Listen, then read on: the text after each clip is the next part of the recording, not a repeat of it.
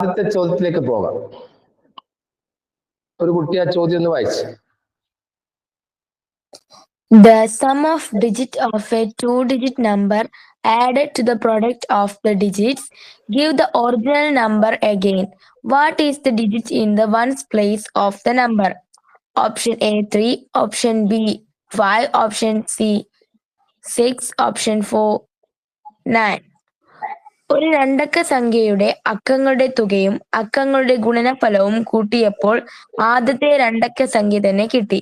സംഖ്യയുടെ ഒന്നിന്റെ സ്ഥാനത്തെ അക്കം എന്താണ്? Okay. The sum of digits of two-digit number added to the product of the digits give the original number again. What's the digit in the ones place of the number?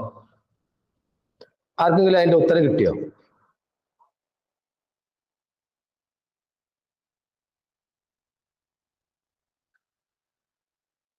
ആർക്കെങ്കിലും answer കിട്ടിയോ? Options ഒന്ന് വായിച്ചേ ധ്യാന. 3, 5, 6, 9. നമ്മൾ വെറുതെ ഒരു രണ്ടക്ക സംഖ്യ എടുത്തു വെക്കുക ധ്യാന. ഒരു രണ്ടക്ക സംഖ്യ പറയൂ, ഏതെങ്കിലും ഇഷ്ടപ്പെട്ട്. 23. 23. ഇവര് പറഞ്ഞതുപോലെ ഒന്ന് ഗുണിച്ചു വെക്കാം. ഈ 23 സം എത്രയാണ്? 2 + 3 എത്രയാണ്? 5. 5 ആണ്. 23 2നെ 3 കൊണ്ട് ഗുണിച്ചാൽ എത്രയാണ്? 6. 5ഉം 6ഉം കൂടി തമ്മിൽ കൂട്ടിയാൽ എത്രയാ കിട്ടുക? 11. അത് 23 തുല്യമാണോ? 23 11 വ്യത്യാസമില്ലേ? 23 കിട്ടുന്നുണ്ടോ? 11 ഇവിടെ കിട്ടുന്നത്? അതെ. ഇനി നമുക്ക് സംഖ്യ വെറുതെ ഒന്ന് എടുത്തു വെക്കാം ധ്യാന. വേറെ രണ്ട് സംഖ്യ വേറെ കുട്ടി പറയും.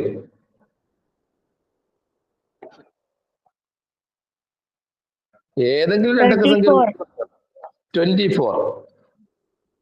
24 ആണോ പറഞ്ഞത്? 34 ആണ് പറഞ്ഞത്. ഓക്കെ, 34 ആണ് ആ കുട്ടി പറഞ്ഞത്. നമുക്ക് 34 എന്ന് എടുത്തു നോക്കാം. 34ല് 3ഉം 4ഉം തമ്മിൽ ആഡ് ചെയ്താൽ എത്രയാണ് മോളെ? 7.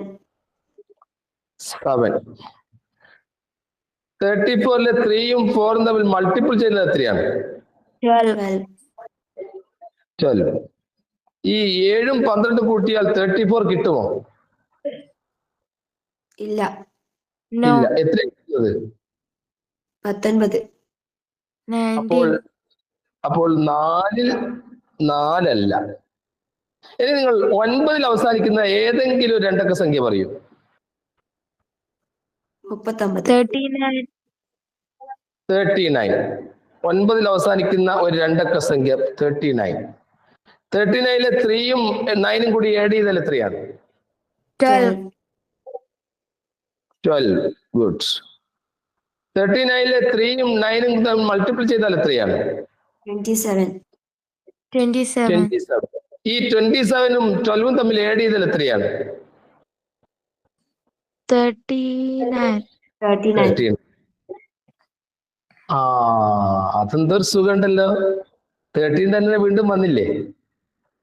ഇനി 9ൽ അവസാനിക്കുന്ന വേറെ ഏതെങ്കിലും നമ്പർ പറയൂ.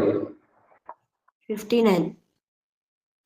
59 നോക്കാം. 59. ഓക്കെ, 59. 5 + 9 എത്രയാണ്? 14. ഗുഡ്. 5 × 9 എത്രയാണ്? 45. 45. 14ഉം 45ഉം തമ്മിൽ ആഡ് ചെയ്താൽ എത്രയാണ്? 59. അപ്പൊ ഞാൻ നിങ്ങളോട് ചോദിക്കുന്നു, ഒരു രണ്ടക്ക സംഖ്യയിലെ അക്കങ്ങളുടെ തുകയും ആ രണ്ടക്ക സംഖ്യയിലെ അക്കങ്ങളുടെ ഡിജിറ്റ്സിന്റെ ഗുണനഫലവും തമ്മിൽ കൂട്ടിയപ്പോൾ ആദ്യത്തെ രണ്ടക്ക സംഖ്യയിൽ തന്നെ വന്നു കഴിഞ്ഞാൽ ആ രണ്ടക്ക സംഖ്യയിലെ അവസാനത്തെ അക്കം ഏതാണ്? 9. എന്താണ് ഇതിൽ നിന്ന് നിങ്ങൾ മനസ്സിലാക്കിയത്? എന്താണ് ഈ സംഭവത്തിൽ നിന്ന് നിങ്ങൾ മനസ്സിലാക്കിയത് എന്ന് പറയൂ. എന്താണ് മനസ്സിലാക്കിയത്? Speciality of 9. ക്ലിയർ ആയില്ല. എന്താണ്, ആർക്കും പറയാം, എന്താണ് ഈ സംഭവം നിങ്ങൾ മനസ്സിലാക്കിയത്? എക്സാമ്പിൾ ഞാൻ ഇനി എടുത്തുതരാം. അപ്പൊ 99, 99 9 കൂടി കൂട്ടിയാൽ നിങ്ങൾക്ക് 18 കിട്ടും. 9നെ 9 കൊണ്ട് ഗുണിച്ചാൽ നിങ്ങൾക്ക് 81 കിട്ടും. 18ഉം 81 തമ്മിൽ കൂട്ടിയാൽ നിങ്ങൾക്ക് വീണ്ടും 99ലേക്ക് നിങ്ങൾ തിരിച്ചു പോകുന്നു.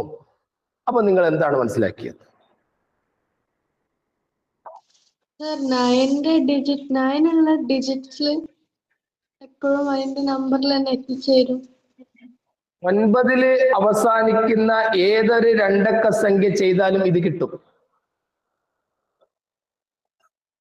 അപ്പോൾ ഒരു രണ്ടക്ക സംഖ്യയുടെ അക്കങ്ങളുടെ തുകയും അക്കങ്ങളുടെ ഗുണനഫലവും തമ്മിൽ കൂട്ടിയപ്പോൾ ആദ്യത്തെ രണ്ടക്ക സംഖ്യയിലേക്ക് തന്നെ തിരിച്ചു വരുന്നുണ്ടെങ്കിൽ ആ രണ്ടക്ക സംഖ്യയുടെ വൺസ് പ്ലേസ് അല്ലെങ്കിൽ ഒന്നിന്റെ സ്ഥാനത്തെ അക്കം ഏതാണ്?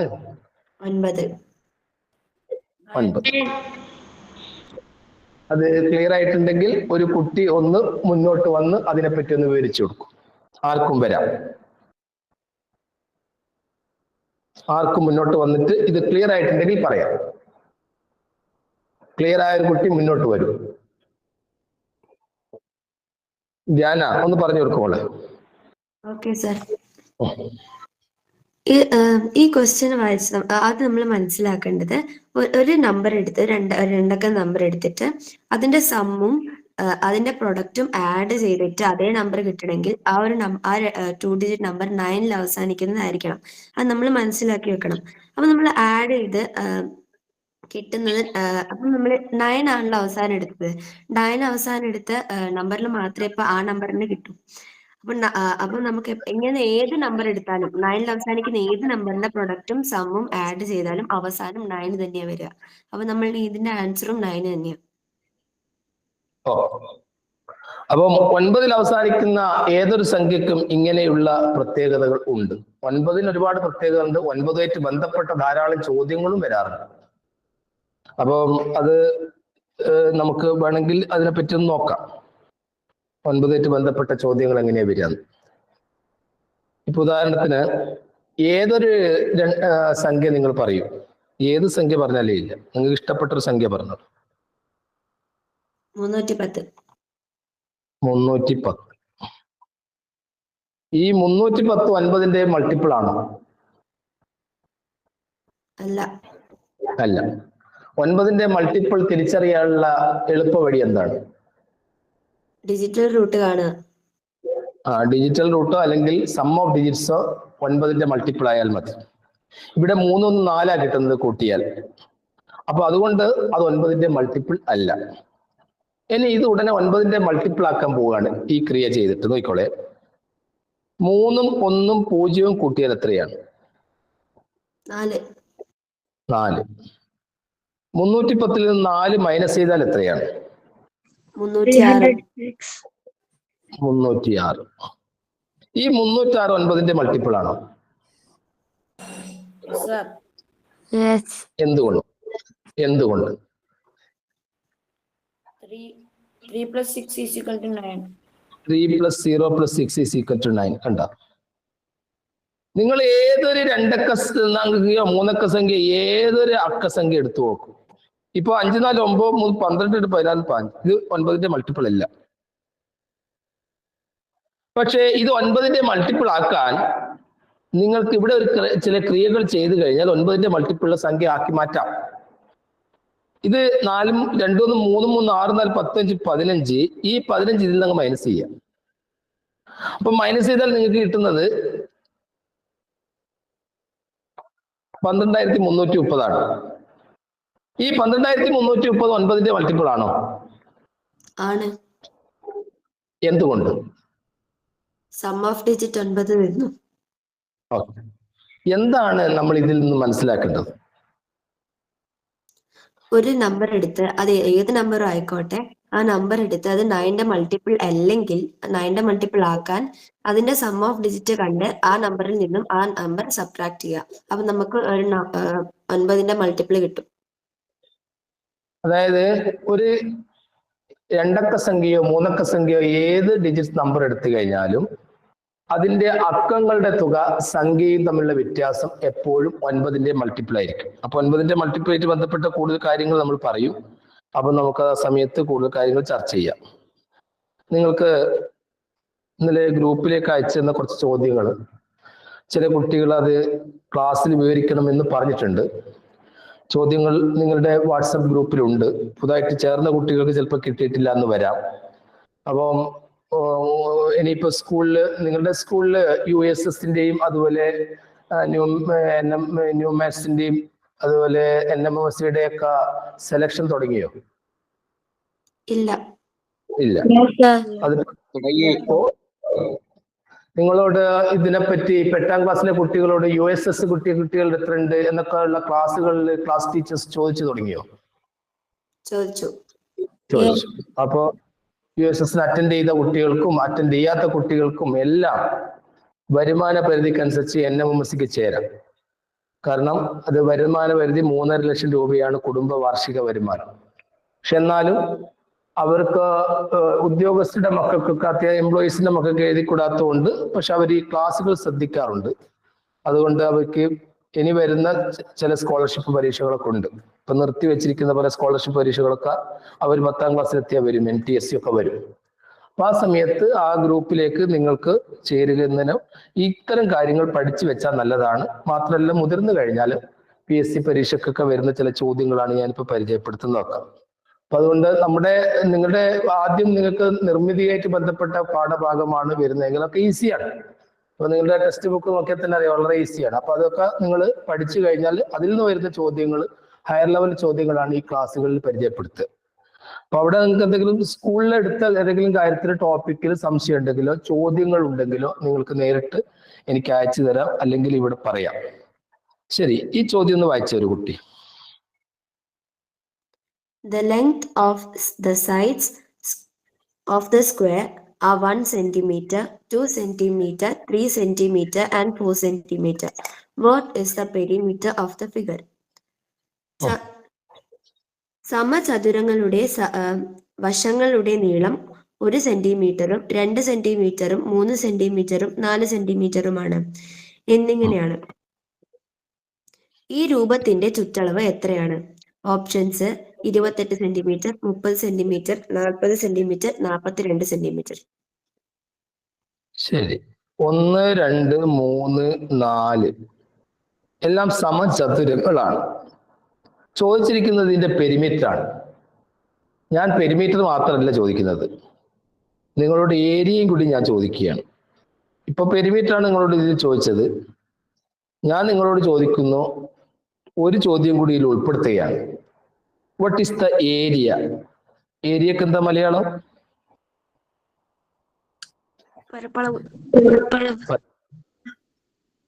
പരപ്പളവും കൂടി ഞാൻ ചോദിക്കുന്നു. രണ്ടും കൂടി കിട്ടിയ കുട്ടികൾക്ക് മറുപടി പറയാം. സമചതുരങ്ങളുടെ വശങ്ങളുടെ നീളം 1 സെന്റ്. ഇത് LSSന് പോലും ചോദിക്കുന്ന ചോദ്യം. പക്ഷെ LSSനോട് ചുറ്റളവ് മാത്രമേ ചോദിക്കാറുള്ളൂ. പരപ്പളവ് വരുന്നത് 5ാം ക്ലാസ് കഴിഞ്ഞാലാണ്. പറയൂ, ആർക്കെങ്കിലും ആൻസർ കിട്ടിയിട്ടുണ്ടെങ്കിൽ പറയാം.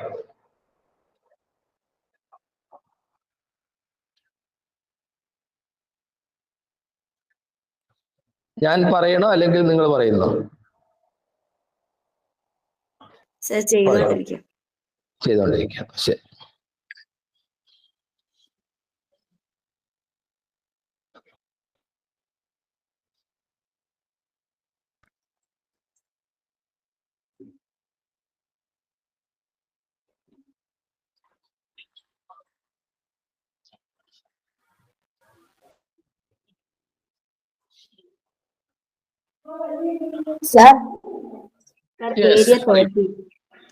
Area 30 centimetre square. ഏരിയ 30 കിട്ടി. ഓക്കെ, ഏരിയ 30 സെന്റിമീറ്റർ സ്ക്വയർ, അത് ഞാൻ സമ്മതിച്ചു. പരപ്പളവോ? സോറി, പെരിമീറ്ററോ? 32, 25 സെന്റിമീറ്റർ. 28. അതായത് 28 പറഞ്ഞാരാ? ഹരിനന്ദ്. ഓക്കെ, ഹരിനന്ദ് 28. അത് ശരിയാണ്, 28. ഈ ഏരിയ നിങ്ങൾക്ക് കണ്ടുപിടിക്കാൻ വേഗം കഴിയും. 1, 1, 2, 2, 4, 3, 9, 4, 16. 16, 9, 4, 1 കൂട്ടിയാൽ എത്രയാണ്? 30 സെന്റിമീറ്റർ സ്ക്വയർ ആണ്. അത് റെഡി, അത് സമ്മതിച്ചു. പക്ഷേ പെരിമീറ്റർ കണ്ടുപിടിക്കുമ്പോൾ ചെറിയൊരു കൺഫ്യൂഷൻ നിങ്ങൾക്ക് വരും. എന്താ കൺഫ്യൂഷൻ നോക്കിക്കോളെ.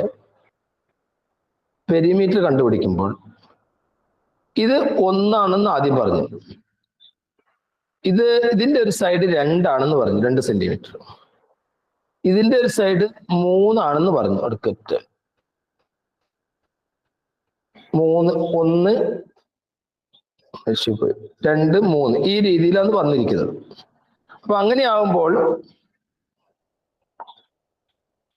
1, 2 പിന്നെ അടുത്തത് ഏതാ പറഞ്ഞത്? 3 അല്ലേ പറഞ്ഞത് അല്ലേ? ഓ ടച്ച് പോയല്ലോ, ടച്ച് പോയി.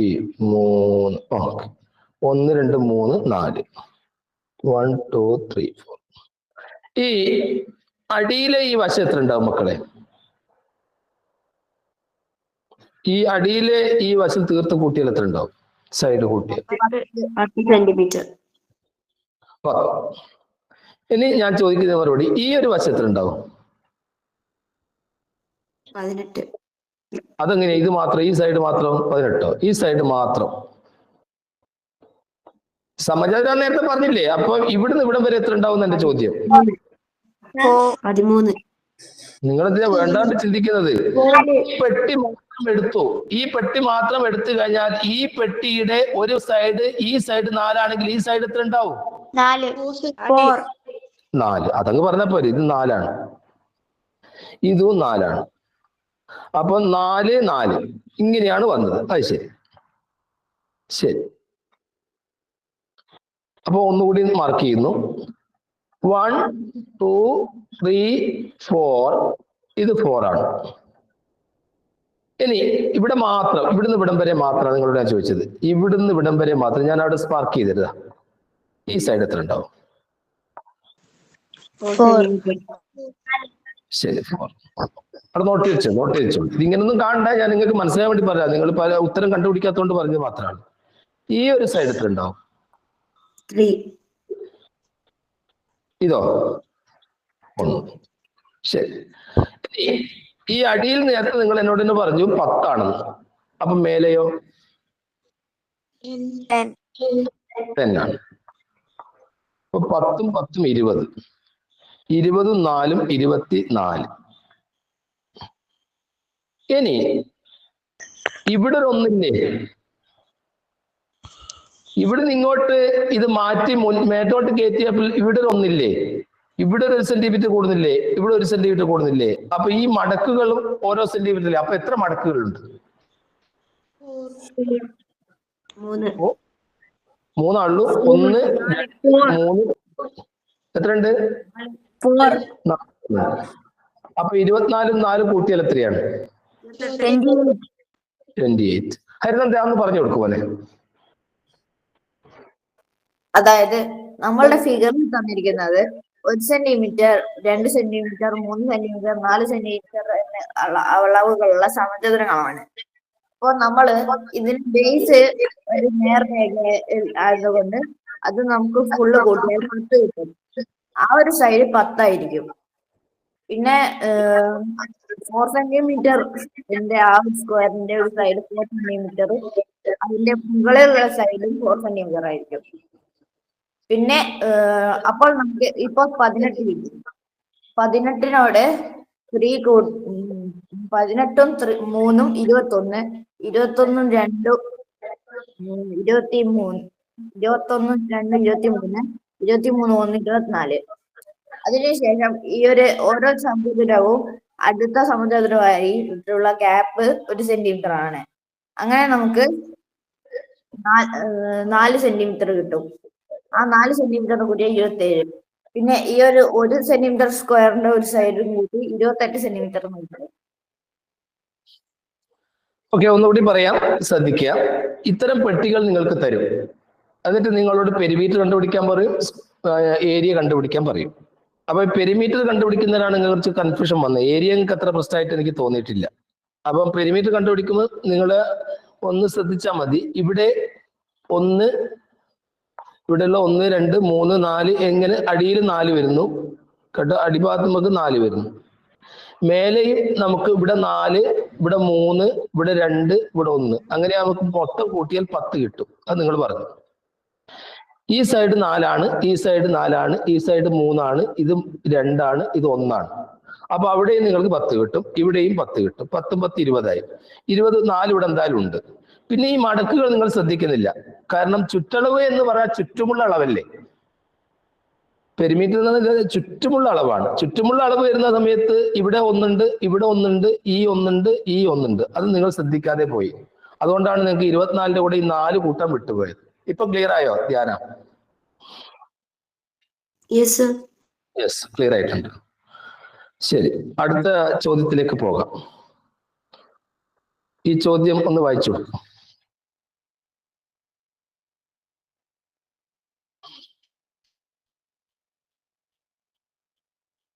What is the area of the slanted rectangle?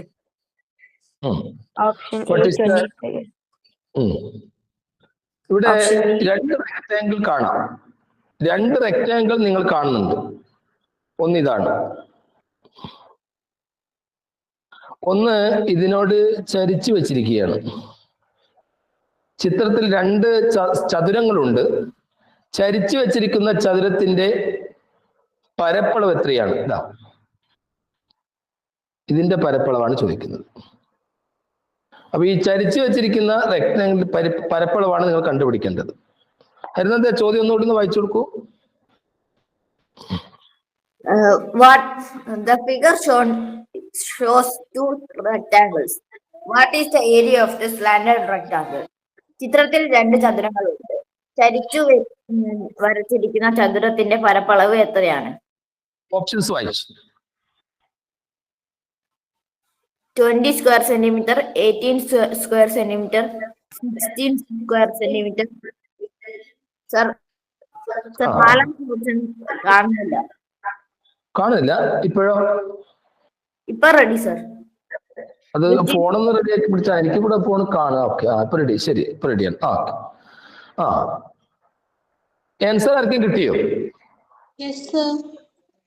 ആർക്കാ കിട്ടിയത്? പേര് പറയൂ. ഋതു എത്രയാണ് മോളെ ആൻസർ? 15 square centimeter. എത്ര? 15 സ്ക്വയർ സെന്റിമീറ്റർ. അത് കറക്റ്റ് ആണ്.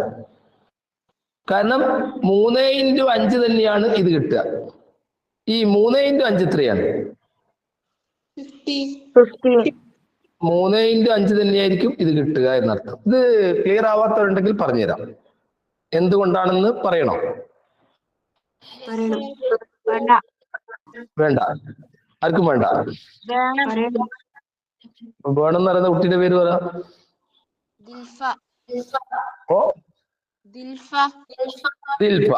ദിൽഫക്ക് ഇത് കിട്ടണം. ശരി, അങ്ങനെ നിങ്ങൾ മുന്നോട്ട് വരണം. എന്നാലാണ് നമുക്കത് പറയാനൊരു സുഖം ഉണ്ടാവും. അല്ലാണ്ട് ഞാൻ വിചാരിച്ചു നിങ്ങൾക്ക് മനസ്സിലായി എന്ന് വിചാരിക്കും ഞാൻ, കേട്ടോ. ഓക്കെ ദിൽഫ, നമുക്ക് നോക്കാം. ദിൽഫ, ഇവിടെ 2 ചതുരങ്ങളല്ലേ റെക്ടാങ്കിളല്ലേ കൊടുത്തിരിക്കുന്നത് അല്ലേ? നമ്മളോട് ചോദിച്ച ചോദ്യം എന്താണ്?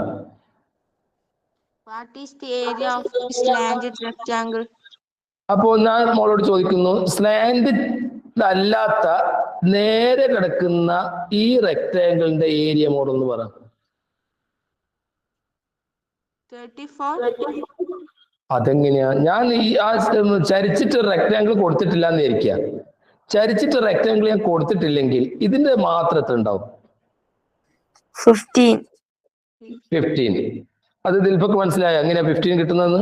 ഈ 3നെ 5 കൊണ്ട് ഗുണിച്ചാൽ മതി. ശരിയല്ലേ? ശരിയല്ലേ? അതെ. അപ്പം 3 × 5 15 നിങ്ങൾ സ്ലാൻഡ് ചെയ്ത് അവിടെ ഇല്ലാന്ന് വിചാരിക്കും തൽക്കാലം. ഇനി ഇത് 15 കിട്ടുമ്പോൾ ഞാൻ ചെയ്യാൻ പോകുന്ന അടുത്ത വിദ്യ എന്താന്ന് നോക്കിക്കോളൂ. ഇത് 15 കിട്ടുമ്പോൾ ഞാൻ ദിൽഫയോട് ചോദിക്കുന്നു, ഇത് ഇതിന്റെ ഡയഗണലാണ്. ഈ ഡയഗണൽ ഇതിന്റെ 2 തുല്യ പീസാക്കി മാറ്റി, ത്രികോണാക്കി മാറ്റി, ട്രയാങ്കിളാക്കി മാറ്റി. അങ്ങനെയാകുമ്പോൾ ഇത് മൊത്തത്തിലാണ് 15 നേരത്തെ പറഞ്ഞത്. അപ്പൊ ഇത് മാത്രത്തിൽ ഉണ്ടാവും.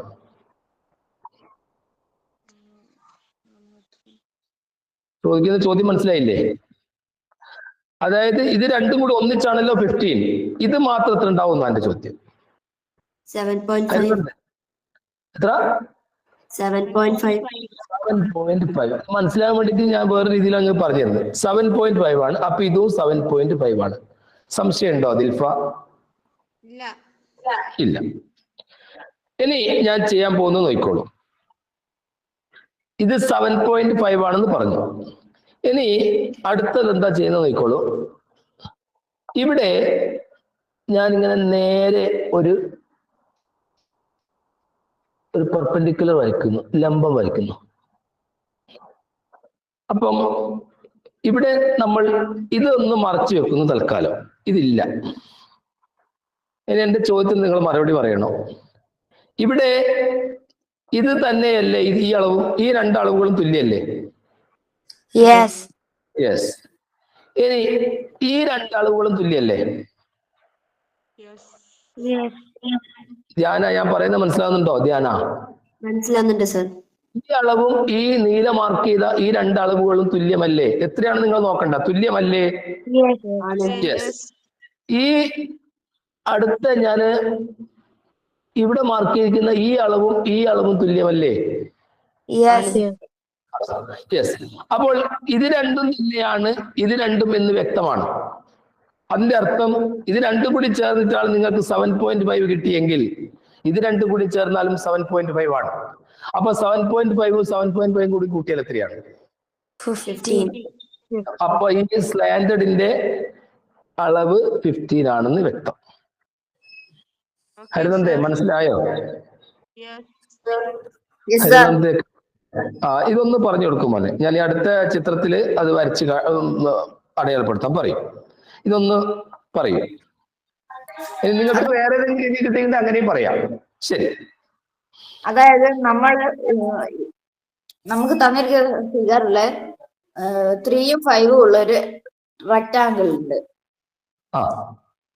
ആ റെക്ടാങ്കിളിന്റെ പെർപെൻഡിക്കുലറിന് ഒരു സൈഡ് ആക്കിയിട്ടുള്ള മറ്റൊരു സ്ലാൻഡർ റെക്ടാങ്കിൾ ഉണ്ട്. ഓക്കെ. അല്ല, ആദ്യം ഇതിന്റെ ഒരു ഏരിയ കണ്ടെത്തണ്ടേ നമ്മൾ? Yes sir. അതെത്രയാണ്? ഇതൊരു 3ഉം 5ഉം സൈഡായിട്ട് വരുന്ന റെക്ടാങ്കിളിന്റെ ഏരിയ 15 ആണ്. 15 ആണ് എന്ന് പറഞ്ഞാൽ ഇത് മൊത്തം 15 ആണ്. അത് ക്ലിയർ ആയി. എന്നിട്ട് അപ്പോ നമ്മൾ ഈ ഒരു പെർപെൻഡിക്കുലറിനെ വെച്ച് ഭാഗിക്കുകയാണെങ്കിൽ ഒരു സൈഡ് 7.5 എന്ന് കിട്ടും. അപ്പൊ ഇതാണല്ലോ, ഇതല്ലേ വായിക്കേണ്ടത് അല്ലേ? അപ്പോൾ ഇവിടെ നമുക്ക് ഈ പറഞ്ഞിരിക്കുന്നത് മൊത്തം 15 ആയപ്പോൾ ഇത് 7.5 ആയിരുന്നു നേരത്തെ ഉള്ളത്. ഈ 7.5 കിട്ടിയതിനെയാണ് നമ്മൾ എന്ത് ചെയ്ത് ഇത് കട്ട് ചെയ്ത് മാറ്റിയപ്പോൾ ഈ രണ്ടളവും തുല്യമാണ്, ഈ രണ്ടളവും തുല്യമാണ്.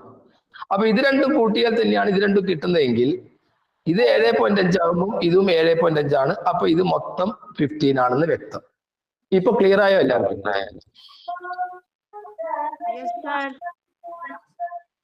അത് ഏതൊരു കുട്ടി എന്തോ സംശയം ചോദിക്കുക, മനസ്സിലായിട്ടുണ്ട് അല്ലേ?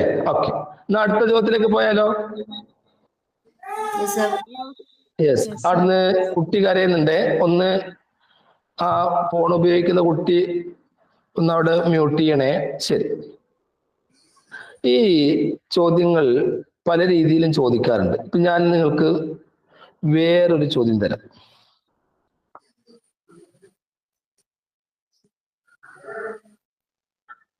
എന്താണ് ഈ വരച്ചത്? റെക്ടാങ്കിൾ. ശരി. ആ റെക്ടാങ്കിളില് ഞാൻ ചെയ്യാൻ പോകുന്ന നോക്കിക്കോളൂ. ഇവിടെ ഒരു മിഡ് പോയിന്റ് കൊടുത്തു. ആദ്യം നമുക്കൊരു പേര് കൊടുക്കാം. ABCD എന്ന് പേര് കൊടുത്തു.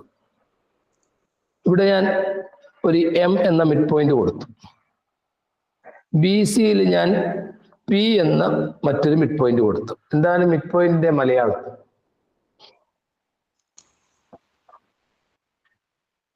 മിഡ് പോയിന്റ് മലയാളം എന്താണ്?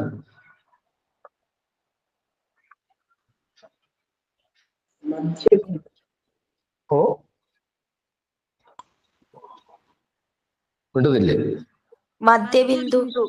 മധ്യബിന്ദു. ആ ശരി, ഒരു മധ്യബിന്ദു കൊടുത്തു. ഇനി അടുത്ത് ചെയ്യാൻ പോകുന്നത്, ഇത് നിങ്ങൾക്ക് മൊത്തം 20 സെന്റിമീറ്റർ ആണെന്ന് വിചാരിക്കുക, അല്ലെങ്കിൽ 40 സെന്റിമീറ്റർ എന്ന് വിചാരിക്കുക. നീളത്തിലൊന്നും വീതിയത്തിലും തരാതെ തന്നെ ഞാൻ നിങ്ങൾക്കോട് പറയുന്നു 40 സെന്റിമീറ്റർ സ്ക്വയർ ആണ് ഇതിന്റെ ഏരിയ എന്ന് ഞാൻ പറയുന്നു. ഇനി ഞാൻ അടുത്ത് ചെയ്യാൻ പോകുന്നത്, എയിൽ നിന്ന് പിയിലേക്ക് ഒരു ലൈൻ വരയ്ക്കുന്നു,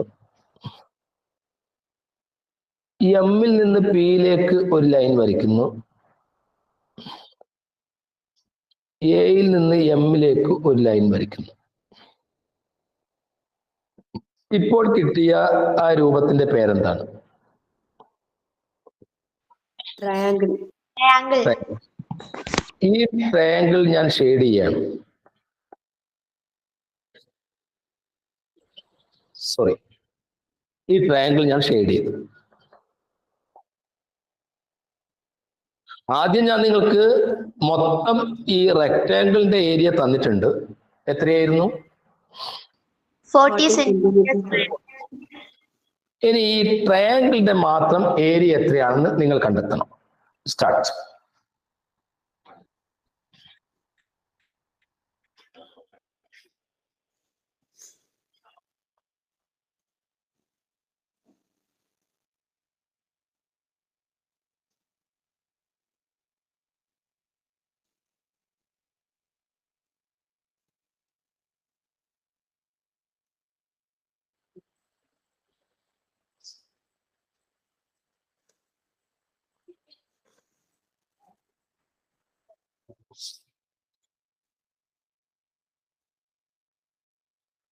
ഹരിന്റെ കണ്ടെത്തിയോ?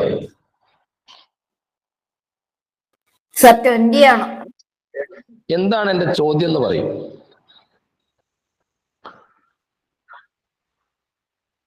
ധ്യാന, ഓപ്ഷൻ വേണോ? തന്നോളൂ.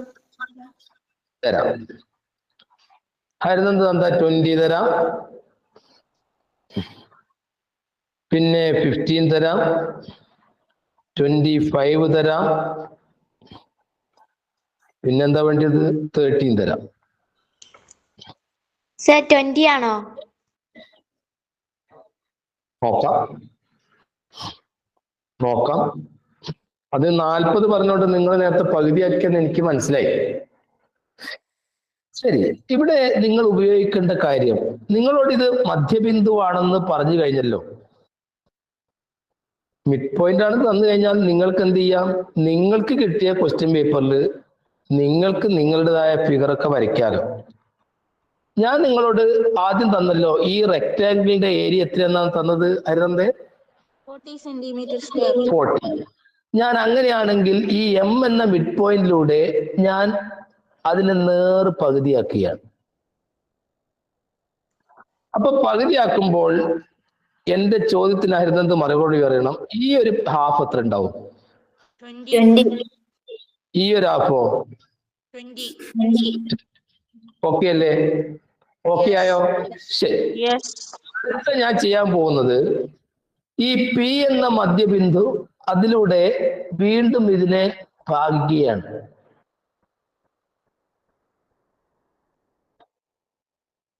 ശരി, ഭാഗിച്ചപ്പോൾ ഞാനത് കൃത്യമായിട്ട് സ്കെയിലൊന്നും വെക്കാതെ വരച്ചാണ്. എന്നാലും നിങ്ങളോട് ചോദിക്കുന്നു, ഇത് ഓരോന്നും എത്ര ഉണ്ടാവും? ഓരോ പീസും 10 സെന്റിമീറ്റർ സ്ക്വയർ. അത് കറക്റ്റ് ആണ്, അത് സമ്മതിച്ചു. ഇത് ഓരോന്നും 10 സെന്റിമീറ്റർ വീടുണ്ടാവും എന്ന് നിങ്ങൾ പറഞ്ഞത് ശരി. 10 10 10 10 അങ്ങനെയാണല്ലോ നിങ്ങൾക്ക് 40 കിട്ടുന്നത്. ഇനി എന്റെ ചോദ്യത്തിന് മറുപടി പറയണം. എന്താണ്? ഇതൊക്കെ നിങ്ങൾ മനസ്സിലാക്കിയ സ്ഥിതിക്ക് ഇത് ഞാൻ ഒന്നുകൂടി ഒന്ന് മായ്ക്കുകയാണേ. മായ്ച്ചു. ഇവിടെ ഈ ചോദ്യത്തിനാണ് നിങ്ങൾ മറുപടി പറയേണ്ടത്. 10 10 10 10 എന്ന് പറയുമ്പോൾ ഇവിടെ ഈ ഒരു ഭാഗം നമ്മൾ എടുക്കുന്നു. ഏത്? ഈ ഒരു പീസ്. ഈ ഒരു പീസ് എടുക്കുമ്പോൾ ഈ പീസ് രണ്ട് തുല്യ ട്രയാങ്കിൾ ആയിട്ട് മാറുന്നുണ്ട്. അപ്പൊ എന്റെ ചോദ്യം, ഇത് രണ്ടും കൂടി ചേർന്നാൽ എത്രയായിരുന്നു? 20. അപ്പൊ അങ്ങനെയാണെങ്കിൽ ഇത് മാത്രം എത്ര ഉണ്ടാവും? 10. അപ്പൊ ഇത് 10. അത് മനസ്സിലായി. അപ്പൊ നമ്മൾ എന്ത് ചെയ്യുന്നു? ഈ ഒരു പീസ് അങ്ങോട്ട് ഒഴിവാക്കും. ശരി. ഇനി അടുത്ത ചോദ്യം നോക്കൂ. ഇവിടെ ഈ ഒരു ഭാഗം നിങ്ങൾ കണ്ടിട്ടുണ്ടാവും. അപ്പൊ ഇവിടെ ഇത് രണ്ടും കൂടി ചേർന്നാൽ എത്രയായിരുന്നു? 10. അങ്ങനെയാണെങ്കിൽ ഈ ഒരു സൈഡ് എത്ര ഉണ്ടാവും? ഈ ഒരു ത്രികോണം 5. അപ്പൊ ഈ ഒരു ഭാഗവും നമ്മൾ ഒഴിവാക്കി.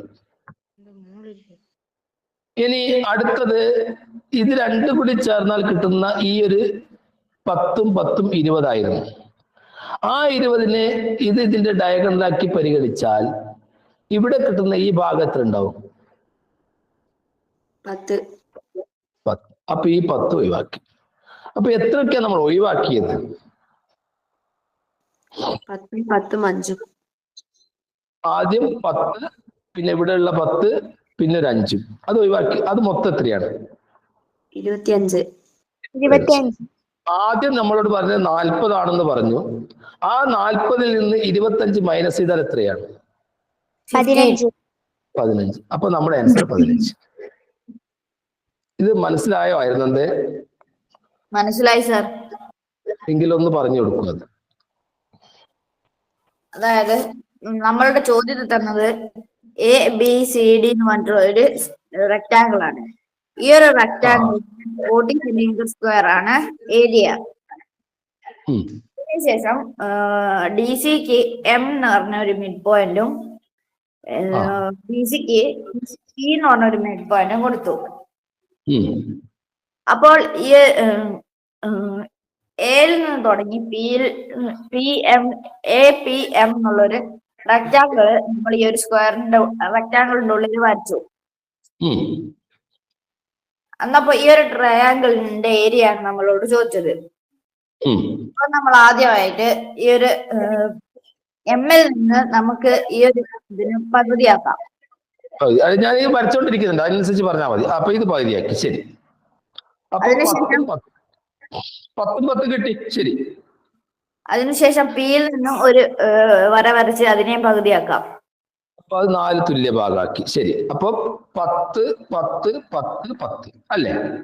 40 ആയി. ശരി.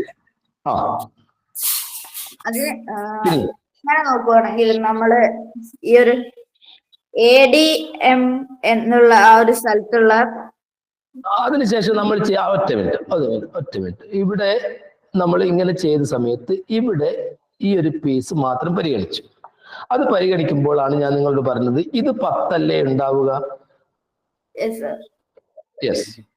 പിന്നെ ഞാൻ നിങ്ങളോട് പറഞ്ഞു ഇത് ആദ്യം നമുക്ക് 10 ആയിരുന്നു. അത് നമ്മൾ എന്ത് ചെയ്തു?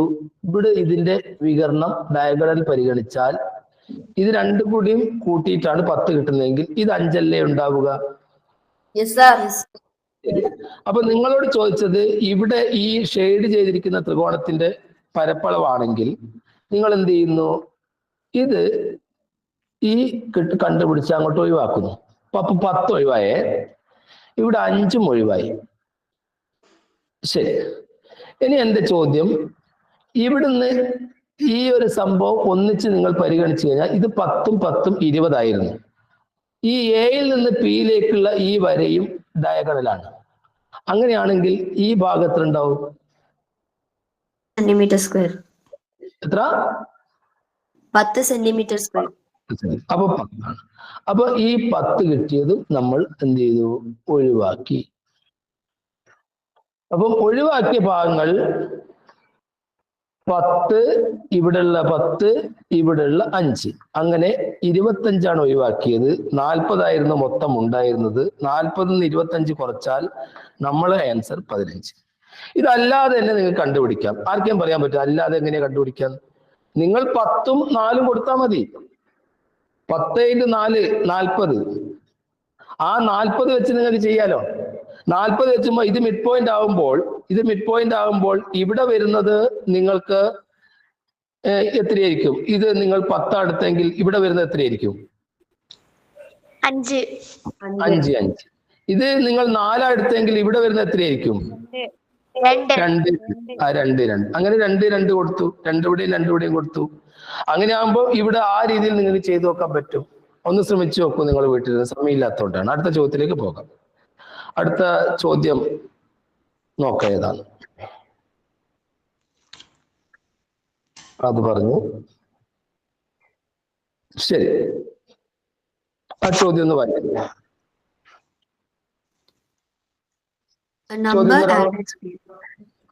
Number added to 1/2 plus 1/4 plus 1/8 plus 1/16 plus 1/32 gives 1. What is that number? 1/2 2ന്റെ കൂടെ 1/2 plus 1/4 plus 1/8 plus 1/16 plus 1/32 എന്ന തുകയോട് ഏത് സംഖ്യ കൂട്ടിയാൽ 1 കിട്ടും? ഓപ്ഷൻസ് 1/128, 1/64, 1/32, 1/16. ഓക്കെ, ആർക്കെങ്കിലും ഉത്തരം കിട്ടിയോ? എത്രയാണ്? 1/32. അതായത് ഇവിടെ അവസാനം കാണുന്ന അതേ സംഖ്യ തന്നെയായിരിക്കും ഉത്തരം. ഈ ചോദ്യത്തിന് ഈ രീതിയിലാണ് വരുന്നതെങ്കിൽ, ഇത് പല രീതിയിൽ ഈ ചോദ്യം വരാറുണ്ട്. അത് നമ്മൾ ഫ്രാക്ഷൻ പ്രത്യേകിച്ച് എടുക്കുന്ന സമയത്ത് പറയും. ഇവിടെ 1/32 ആണ് ലാസ്റ്റിലുള്ളത്. അപ്പൊ ആ 1/30 തന്നെയായിരിക്കും ഉത്തരം കിട്ടുക. വിശദീകരിക്കണോ അല്ലെങ്കിൽ മുന്നോട്ട് പോകാമോ? എക്സ്പ്ലെയിൻ ചെയ്യണോ അല്ലെങ്കിൽ Yes, sir. എക്സ്പ്ലെയിൻ ചെയ്യണോ? വേണോ വേണ്ടിയോ? Yes, sir. ആ, നോക്കിക്കോളൂ എങ്ങനെയാണ് ഇത് കിട്ടുന്നത് നോക്കിക്കോളൂ. ഞാൻ ഇവിടെ തന്നെ എഴുതി കാണിക്കാം.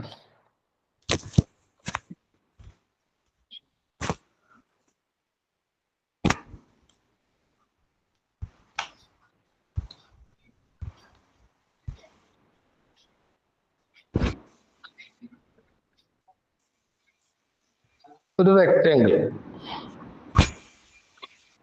ആരോട് മൈക്ക് ഓൺ ചെയ്ത് വെച്ചിട്ടുണ്ട്? മൈക്ക് ഓൺ ചെയ്ത കുട്ടി ഒന്ന് ഓഫ് ചെയ്യണേ. ആരാണ് ധ്യാന മൈക്ക് ഓൺ ചെയ്ത് വെച്ചത്?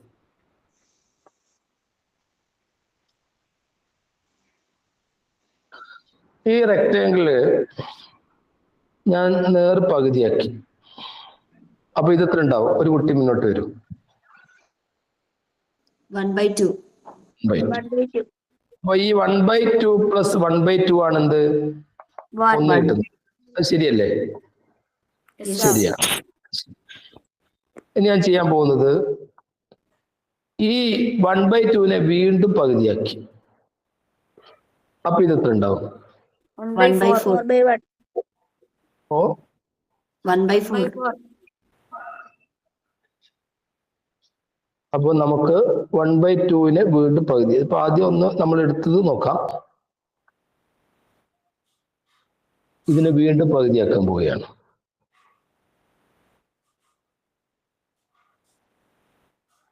ഇതാണ് നിങ്ങൾ പറയുന്നത് 1/8. ഇത് എത്ര ഉണ്ടാവും?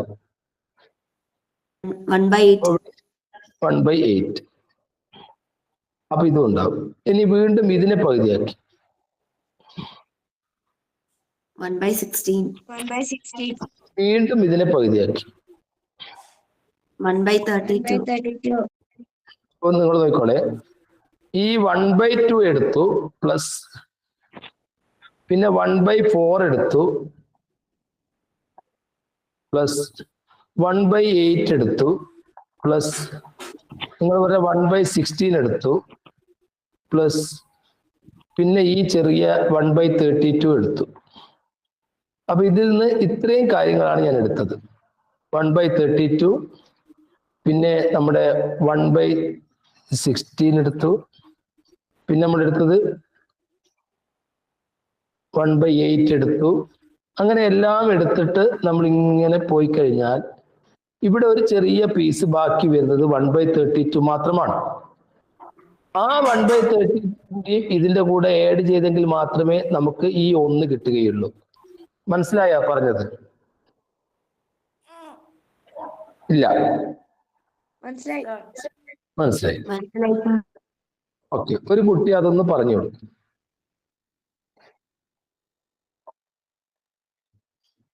എന്താന്ന് പറഞ്ഞു കൊടുക്കുമോനെ? അതായത് നമ്മളുടെ ക്വസ്റ്റ്യനിൽ ചോദിച്ചിരിക്കുന്നത് 1/2 + 1/4 + 1/8 + 1/16 + 1/32 + ഒരു സംഖ്യ ആഡ് ചെയ്താൽ നമുക്ക് 1 കിട്ടും. ഏതാണ് ഈ സംഖ്യ എന്നാണ് ചോദ്യം. ഇത് നമുക്ക് വേഗം മനസ്സിലാക്കാനായി നമ്മൾ ആദ്യം ഒരു ചതുരം വരയ്ക്കുന്നു. എന്നിട്ട് അതിനെ നേർപകുതിയാക്കിയിട്ട് 1/2 എന്ന് എഴുതുന്നു. പിന്നെ അതിനുശേഷം അതിനെ വീണ്ടും വായിക്കുന്നു. അപ്പൊ ഇത് ഓരോന്നും 1/4 ഉണ്ടാവും അല്ലേ? പിന്നെ അതിനെ ഒരു പ്രാവശ്യം കൂടി ഭാഗിച്ചാൽ നമുക്ക് 1/8 കിട്ടും. 1/8 കിട്ടും. പിന്നെ ആ ഒരു കിട്ടിയതിനെ വീണ്ടും ഭാഗിച്ചാൽ നമുക്ക് 1/16 കിട്ടും. 1/16 കിട്ടും. പിന്നെ ആ ഒരു ഏറ്റവും ചെറിയ ഒരു പ്രാവശ്യം കൂടി ഭാഗിച്ചാൽ നമുക്ക് 1/32 കിട്ടും. അപ്പൊ നമ്മളോട് പറഞ്ഞ കാര്യങ്ങൾ ഇതൊക്കെയാണ്. അതാണ് നമ്മളിപ്പോ എന്ത് ചെയ്യുന്നത്? ഷെയ്ഡ് ചെയ്യുന്നത്. അപ്പം നമ്മൾ ആദ്യം പറഞ്ഞിരിക്കുന്ന 1/2 എടുത്തു, അത് എടുത്തു, അതുപോലെ 1/4 എടുത്തു. ഇങ്ങനെ ഓരോന്ന് പറഞ്ഞിരിക്കുന്ന കാര്യം നമ്മൾ ഇങ്ങനെ കൂട്ടിക്കഴിഞ്ഞാൽ അവസാനം വരുന്ന പീസ് ഇതാണ്. ആ പീസ് അവിടെ കാലിയായിരിക്കും. അത് 1/32 ആണ്. അതും കൂടി ഇതിന്റെ കൂടെ ചേർന്നെങ്കിൽ മാത്രമേ നമുക്ക് എന്ത് കിട്ടും? ഈ 1 കിട്ടുകയുള്ളൂ. ഇപ്പൊ ക്ലിയർ ആയിട്ടുണ്ടാവുമെന്ന് കരുതുന്നു. അടുത്ത ചോദ്യത്തിലേക്ക് പോകാം. ഇനി ചോദ്യം എടുക്കാൻ സമയമുണ്ടോ? അല്ലെങ്കിൽ പിന്നെ അടുത്ത ക്ലാസ് പറഞ്ഞാൽ മതിയോ? എന്താണ്? ഒരു ചോദ്യം കൂടി നോക്കാം. ഒരു ചോദ്യം കൂടി വേണം. നോക്കട്ടെ ഏതാ ചോദ്യം ഉള്ളത്. ഒരു ചോദ്യം കൂടി വേണം എന്ന് പറയുന്നു. ഇത് പറഞ്ഞു, ഇത് കൊടുത്തു. യെസ്, ഈ ചോദ്യം നോക്കാം. 8 ഒന്ന് വായിച്ച ഒരാൾ. What day will be 81 days after today? Today is Sunday. ഇന്നത്തെ ദിവസം ഞായറാഴ്ചയാണെങ്കിൽ 81 ദിവസം കഴിഞ്ഞ ദിവസം ഏതാണ്?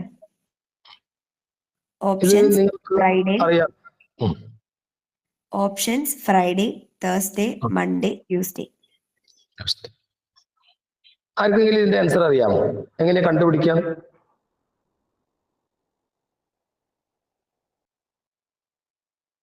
ഇന്നത്തെ ദിവസം ഞായറാഴ്ചയാണെങ്കിൽ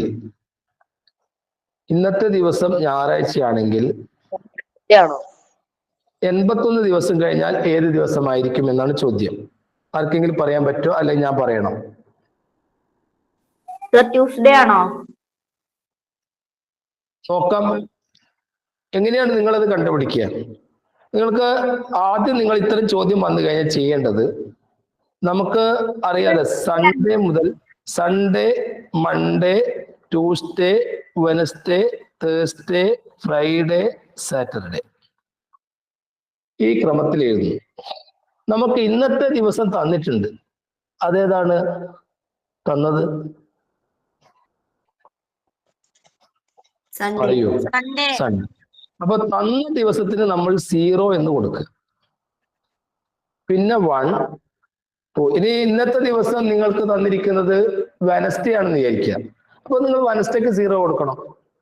ഇവിടെ സൺഡേ തന്നിട്ടുണ്ട്, അതുകൊണ്ട് സൺഡേക്ക് നമ്മൾ 0 കൊടുത്തു. പക്ഷെ എഴുതുന്നത് ഈ ക്രമത്തിലായിരിക്കണം. അപ്പൊ ഇവിടെ 2, ഇവിടെ 3, ഇവിടെ 4, ഇവിടെ 5, ഇവിടെ 6. അപ്പൊ 7 ദിവസത്തിൽ ഒരെണ്ണം പോയി 6 അല്ലേ ഉള്ളൂ? 0. അന്ന് 0-ല് പോയി. ശരി, ഈ ക്രമത്തിൽ എഴുതുക. ശ്രദ്ധിക്കേണ്ട കാര്യം, ഇന്നത്തെ ദിവസം എന്താണോ തന്നത് അതിനായിരിക്കണം 0 കൊടുക്കേണ്ടത്. പക്ഷെ എഴുതുന്നത് ഈ ക്രമത്തിൽ തന്നെ ആയിരിക്കണം. അതാണ് നിങ്ങൾ ശ്രദ്ധിക്കേണ്ട ഒരു കാര്യം. ശരി, ഇനി അടുത്ത എന്റെ ചോദ്യം, 81-നെ ആഴ്ചയിൽ 7 ദിവസമാണ് 7 കൊണ്ട് ഡിവൈഡ് ചെയ്യുന്നത്. എത്രയാണ്? 1 7 7. 11-ല് 1 7 7. റിമൈൻഡർ എത്രയാണ്? 3. 3 ആണോ 4 ആണോ? Four. 11 7 കുറച്ചാൽ എത്രയാണ്? 4. അപ്പൊ 4 എടുത്തു. ഈ 4 നേരെ ആരാണുള്ളത്? Thursday. തേഴ്സ്ഡേ. അപ്പൊ ഇതിൽ തേഴ്സ്ഡേ ഉണ്ടോ? ഉണ്ടോ? യെസ്. ഇതൊരു കുറ്റം പറയൂ. എന്താന്ന് പറഞ്ഞു കൊടുക്കുവാണ്. അതായത് നമ്മളോട് ചോദിച്ചിരിക്കുന്നത് ഇന്നത്തെ ദിവസം ഞായറാഴ്ചയാണെങ്കിൽ 81 ദിവസം കഴിഞ്ഞുള്ള ദിവസം ഏതാണെന്നാണ്. അതിനായി നമ്മൾ ആദ്യം Sunday, Monday, Tuesday, Wednesday, Thursday, Friday, Saturday എന്നുള്ള ആ ഒരു ഓർഡറിൽ നമ്മൾ എഴുതുന്നു. അതിനുശേഷം ഇന്നത്തെ ദിവസം ഞായറാഴ്ച എന്ന് പറഞ്ഞതുകൊണ്ട് തന്നെ സൺഡേക്ക് നേരെ 0 തൊട്ട് Monday 1, Tuesday 2, Wednesday 3, Tuesday 4, Thursday 4, Friday 5, Saturday 6 എന്ന് പറഞ്ഞിട്ടുള്ള ഓർഡറിൽ കൊടുക്കുന്നു. അതിനുശേഷം 81 ദിവസം കഴിഞ്ഞിട്ടുള്ള ദിവസമാണെന്ന് അറിയേണ്ടത്. അപ്പൊ 81 നമ്മൾ ഒരു ദിവസത്തിലുള്ള ഒരേ ആഴ്ചയിൽ 7 ദിവസം ആയതുകൊണ്ട് 81 7 കൊണ്ട് ഹരിക്കുന്നു. 81 7 കൊണ്ട് ഹരിച്ചാൽ നമുക്ക് 11 കിട്ടി. ശിഷ്ടം 4 എന്ന് കിട്ടും. ആ ഒരു 4 നേരെയുള്ള സംഖ്യയായിരിക്കും 81 ദിവസം കഴിഞ്ഞാലുള്ള സംഖ്യ. ഇനി ഇന്നത്തെ ദിവസം നിങ്ങൾക്ക് തരുന്നത്, ഇപ്പൊ ഇന്നത്തെ ദിവസം ബുധനാഴ്ച തന്നു. അപ്പൊ നിങ്ങൾ ചെയ്യേണ്ടത് ഇത്ര മാത്രം. ബുധനാഴ്ചക്കാണ് നിങ്ങൾ 0 കൊടുക്കേണ്ടത്. പിന്നെ 1 2 3 4 5 6 എന്നിങ്ങനെ എഴുതും. എന്നിട്ടോ ഇപ്പോൾ ഇവിടെ സൺഡേക്ക് പകരമാണ് ഞാൻ പറഞ്ഞത്, വെനസ്ഡേ ആണ് കൊടുത്തതെങ്കിൽ അങ്ങനെയാണെങ്കിൽ ശ്രദ്ധിക്കുക. അപ്പൊ അങ്ങനെയാണെങ്കിൽ ഇങ്ങനെ തന്നെ നിങ്ങൾക്ക് റിമൈൻഡർ 4 കിട്ടും. അപ്പൊ അങ്ങനെയാണെങ്കിൽ ഇവിടെ ആരാ വരേണ്ടത്? ഉത്തരം ആയിരുന്നേ എത്രയാ വരേണ്ടത്? അപ്പൊ അത് ശ്രദ്ധിച്ചാൽ മതി, അത്രയേ ഉള്ളൂ. ശരി, നമുക്ക് ക്ലാസ് അവസാനിപ്പിക്കുന്നതിന് മുമ്പ് നിങ്ങൾക്കുള്ള ചോദ്യം തരാം. ചോദ്യം നോട്ട് ചെയ്ത് വെച്ചോളൂ. പക്ഷെ നിങ്ങൾക്ക് ഗ്രൂപ്പിലൂടെ ഈ ഒരു സംഭവം വരുമ്പോൾ നിങ്ങൾ നമ്മുടെ യൂട്യൂബിൽ ചോദ്യം വരുന്ന സമയത്ത് നിങ്ങൾ എന്ത് ചെയ്യുന്നില്ല? അത് അയക്കുന്നില്ല യൂട്യൂബിലൂടെ. അങ്ങനെ ഒരു പ്രശ്നമുണ്ട്. നിങ്ങൾ മറുപടി അയക്കുന്നത്. അന്ന് കഴിഞ്ഞ ദിവസം കൊടുത്തതിൽ ഒരു കുട്ടി മാത്രമേ മറുപടി കൊടുത്തിട്ടുള്ളൂ. അപ്പൊ ഞാനത് നോട്ട് ചെയ്യുന്നുണ്ട്. അപ്പൊ നിങ്ങളുടെ ഇത് ആൻസർ ഒക്കെ ഞാൻ നോക്കുന്നത് അതിലൂടെയാണ്. അപ്പൊ നിങ്ങളുടെ ID കൂടെ എനിക്ക് തിരിച്ചറിയാൻ കഴിയണം. ഇന്നത്തെ ചോദ്യം ഇതാണ്. 2 ചോദ്യങ്ങളാണ്. ഒരു ചോദ്യം ഞാൻ കഴിഞ്ഞ ദിവസം വാട്സപ്പ് ഗ്രൂപ്പിലൂടെ തന്നെ കൊടുത്തിട്ടുണ്ട്. അപ്പൊ അതൊരു കുട്ടി ഷെയർ ചെയ്തിട്ടുണ്ട്. ഈ ചോദ്യം ഒന്ന് വായിച്ചേ. The sum of two number is 24 and the product is 120. What is the sum of their reciprocal? 2 സംഖ്യകളുടെ തുക 24 ഗുണനഫലം 120 അവയുടെ വ്യുൽക്രമങ്ങളുടെ തുക എന്താണ്? Options are 2/5, 4/5, 5, 1/5. Second question. The average of 3 number is 66. The first number is 2 times the second number and the third number is 3 times the third number. What is the first number? 3 സംഖ്യകളുടെ ശരാശരി 66 ആദ്യ സംഖ്യ രണ്ടാമത്തെ സംഖ്യയുടെ 2 മടങ്ങും മൂന്നാമത്തെ സംഖ്യയുടെ 3 മടങ്ങുമാണ്. എന്നാൽ ആദ്യ സംഖ്യ എന്താണ്? Options are 108, 54, 36, 99. ആരാണ് ഇപ്പൊ ഇത് വായിച്ചത്? ക്വസ്റ്റ്യൻ വായിച്ചത് ആരാണ്? കുട്ടിയുടെ പേരെന്താ? ധ്യാന. അപ്പൊ ഈ ചോദ്യത്തിൽ ഒരു ചോദ്യം നമ്മള് ഗ്രൂപ്പിലൂടെ ഷെയർ ചെയ്തിട്ടുണ്ട്. പക്ഷെ അതിന്റെ വിശദീകരണം വേണമെന്ന് കുട്ടികൾ പറഞ്ഞിട്ടുണ്ട്. അടുത്ത ക്ലാസ്സിൽ ഞാൻ വിശദീകരിക്കാം. രണ്ടാമത്തെ ചോദ്യം 3 സംഖ്യകളുടെ ശരാശരി പരീക്ഷയ്ക്ക് വന്നതാണ്. മറ്റേ സംഭവം എന്താ ഈ ഉൽക്രമം അല്ലെങ്കിൽ റെസിപ്രോക്കൽ എന്ന് പറഞ്ഞാൽ എന്താണ്? ഇപ്പൊ 3/5 റെസിപ്രോക്കൽ എത്രയാണ്? 5/3. 5/3 തിരിച്ചിട്ടാ മതി. ഇനി 4 എന്ന് പറഞ്ഞാൽ അതിന്റെ റെസിപ്രോക്കൽ എത്രയാണ്? 4 എന്ന് മാത്രം 1/4. 4 എന്ന് പറയാൻ 4/1 ആണ്. 4/1 തന്നെയാണ് 4. അത് തിരിച്ചിട്ട് കഴിഞ്ഞാൽ 1/4 ആണ്. അപ്പോൾ ഇവിടെ പറഞ്ഞിരിക്കുന്ന ആദ്യത്തെ ചോദ്യം ഇതാണ്. the sum of two numbers is 24 and their product is 120. What is the sum of their reciprocals എന്നാണ് ചോദിച്ചത്. ഉൽക്രമങ്ങളുടെ തുക എന്താണെന്നാണ് ചോദ്യം. ഈ രണ്ട് ചോദ്യത്തിന് നിങ്ങൾ ആൻസർ കണ്ടുപിടിക്കാൻ ശ്രമിക്കുക. അടുത്ത ക്ലാസ്സിൽ മുൻകൂട്ടി ഒരാൾ പറഞ്ഞാൽ മതി, ഞാൻ ആ ക്ലാസ്സിൽ വിവരിക്കും. ഇത് അടുത്ത ചോദ്യം കഴിഞ്ഞ ക്ലാസ് വാട്സപ്പിലൂടെ ഷെയർ ചെയ്ത ചോദ്യമാണ്, അത് ശ്രദ്ധിക്കുക. 3 സംഖ്യയുടെ ശരാശരി 66. ആദ്യ സംഖ്യ രണ്ടാമത്തെ സംഖ്യയുടെ 2 മടങ്ങും മൂന്നാമത്തെ സംഖ്യയുടെ 3 മടങ്ങുമാണ്. എന്നാൽ ആദ്യത്തെ സംഖ്യ ഏതാണ്? കഴിഞ്ഞ വർഷങ്ങളിൽ വന്ന ചോദ്യങ്ങളാണ് പരിചയപ്പെടുത്തുന്നത്. ഇന്നത്തെ ക്ലാസ് ഇവിടെ അവസാനിപ്പിക്കുകയാണ്. അപ്പോൾ ഇനിയുള്ള ക്ലാസ്സുകളൊക്കെ നമുക്ക് അടുത്ത ആഴ്ച മുതൽ ഡേറ്റ് വെച്ചിട്ട്, അതായത് ഡേറ്റ് എന്ന് പറഞ്ഞാൽ ഒരാഴ്ചയിൽ ഇന്ന ദിവസം എന്നുള്ളത് നിങ്ങളെയും കൂടി സൗകര്യപ്രദമായ ദിവസം വെച്ചിട്ട്, ഇനി നിങ്ങൾക്ക് 5:30 മണിക്ക് കയറാൻ ബുദ്ധിമുട്ടുണ്ടെങ്കിൽ വൈകുന്നേരം ആക്കണമെങ്കിൽ എനിക്ക് വിരോധമൊന്നുമില്ല. പക്ഷെ നല്ലത് രാവിലെ 5:30ക്കുള്ള ക്ലാസ് ആണ്, പെട്ടെന്ന് മനസ്സിലാവും. എന്ത് പറയുന്നു നിങ്ങൾ? രാവിലെ മതി സർ. ഓ രാവിലെ പോരെ? രാവിലെ മതി. രാവിലെ. അപ്പൊ രാവിലെ മതി. അപ്പം രാവിലെയുള്ള ക്ലാസ് ആണ് നല്ലത്. അപ്പൊ അതില് പിന്നെ ജോയിൻ ചെയ്യുക. പക്ഷെ നമുക്ക് 70-ലധികം കുട്ടികൾ ഉണ്ടായിട്ട് പോലും 15 കുട്ടികളൊക്കെ ഇപ്പൊ വന്നത്. ബാക്കിയെല്ലാം യൂട്യൂബിലൂടെ ഒക്കെ കാണാനാണ് ശ്രമിക്കുന്നത്. പക്ഷെ രാവിലെ ഉടനെ പഠിക്കുക, നന്നായിട്ട് പഠിക്കുക. ഇനി അടുത്ത എനിക്ക് തോന്നുന്നു ഓഗസ്റ്റ് മാസം ആകുമ്പോഴത്തേക്ക് നിങ്ങളുടെ സ്കോളർഷിപ്പ് വരുന്ന കുട്ടികളുടെയൊക്കെ കൺസൾട്ടേഷൻ വരും. അപ്പൊ നിങ്ങൾ ആ വിവരം ക്ലാസ് ടീച്ചേഴ്സിനെ ധരിപ്പിക്കുക. സ്കൂളുകളിലും ക്ലാസ്സുകൾ ലഭിക്കും. പല സ്കൂളുകളിലും നേരിട്ട് ഞാൻ വന്ന് ക്ലാസ് എടുക്കുന്നുണ്ട്. പിന്നെ എന്നാലും അതിന്റെ പുറമെയാണ് ഈ ക്ലാസ്സുകൾ നിങ്ങൾക്ക് ലഭിക്കുന്നത്. ഇനി ഈ എടുത്ത കാര്യങ്ങൾ പുതുതായിട്ട് ജോയിൻ ചെയ്ത കുട്ടികൾ ശ്രദ്ധിക്കുക. എടുത്ത കാര്യങ്ങൾ ഒന്നുകൂടി നമ്മൾ എടുക്കും. ടോപ്പിക് വൈസായിട്ട് ഇങ്ങനെ എടുത്തെടുത്ത് പോകും. അപ്പം ആ സമയത്ത് പിന്നീട് നമ്മൾ ലാസ്റ്റിൽ എല്ലാ ക്വസ്റ്റ്യൻസും, ഇതുവരെ നടന്ന എല്ലാ ക്വസ്റ്റ്യൻസും നമ്മൾ നിങ്ങൾക്ക് ഷെയർ ചെയ്യും, അത് പഠിപ്പിക്കും. അങ്ങനെ വരുന്ന സമയത്ത് NMS ചെയ്ത കുട്ടികളായാലും USS ചെയ്ത കുട്ടികളായാലും അവർക്ക് എളുപ്പമായിരിക്കും. നന്നായിട്ട് പ്രാക്ടീസ് ചെയ്യുക. കണക്ക് ചെയ്യേണ്ട കാരണം ചെയ്ത കണക്ക് തന്നെ വീണ്ടും വീണ്ടും ചെയ്ത് പഠിക്കുകയാണ്. അതാണ് കണക്ക് പഠിക്കാനുള്ള ഏറ്റവും നല്ല മാർഗം. എനിക്ക് ആ കണക്ക് അറിയാമെന്ന് വിചാരിക്കരുത്, വീണ്ടും ചെയ്തു നോക്കുക. അങ്ങനെ ചെയ്യുമ്പോൾ നിങ്ങൾ വേറൊരു വേർഷനിലേക്കാണ് ആ ഉത്തരം കണ്ടെത്തുക. അപ്പൊ സ്വയം കണ്ടെത്തുമ്പോഴാണ് കണക്കിനോട് താല്പര്യം വരിക. അപ്പോൾ നമുക്ക് ഇന്നത്തെ ക്ലാസ് ഇവിടെ അവസാനിപ്പിക്കാം. All the best.